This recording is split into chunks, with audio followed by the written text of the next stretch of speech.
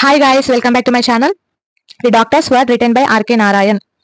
ఈ స్టోరీ చూసుకున్నట్టయితే mainly two characters, Raman and Gopal ఉంటారు. Both are friends from childhood.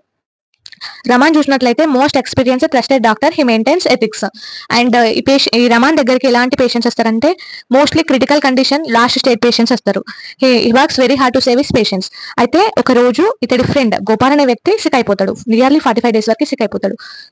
ఇక అతడు తన లైఫ్ పైన హోప్స్ వదిలేసుకుంటాడు. నేను బ్రతక అని, ప్రాపర్టీ డివైడ్ చేయాలి కాబట్టి ప్రాపర్టీ డాక్యుమెంట్స్ పైన సైన్ చేయాలి అని నిర్ణయించుకుంటాడు. సో ఇతడి ఫ్రెండ్ డాక్టర్ రమాన్ అనే వ్యక్తి చిన్న అబద్ధం చెప్పి నా ఫ్రెండ్ బ్రతికించుకోవాలి అనుకుంటాడు. నీకేం కావాలి, నీకేం డిసీజ్ రాలేదు, నువ్వు ఇంకా చాలా రోజులు బతుకుతావు అని మంచి థెరపీ లాగా మంచి మంచి వర్డ్స్ చెప్తాడు. ఫైనల్ గా తన హోప్స్ పెంచుకుంటాడు గోపాల్ అనే వ్యక్తి. కొన్ని డేస్ కి నార్మల్ అయిపోతాడు. Okay, moral of the story చూసినట్టయితే words are more powerful than medicine అంటారు.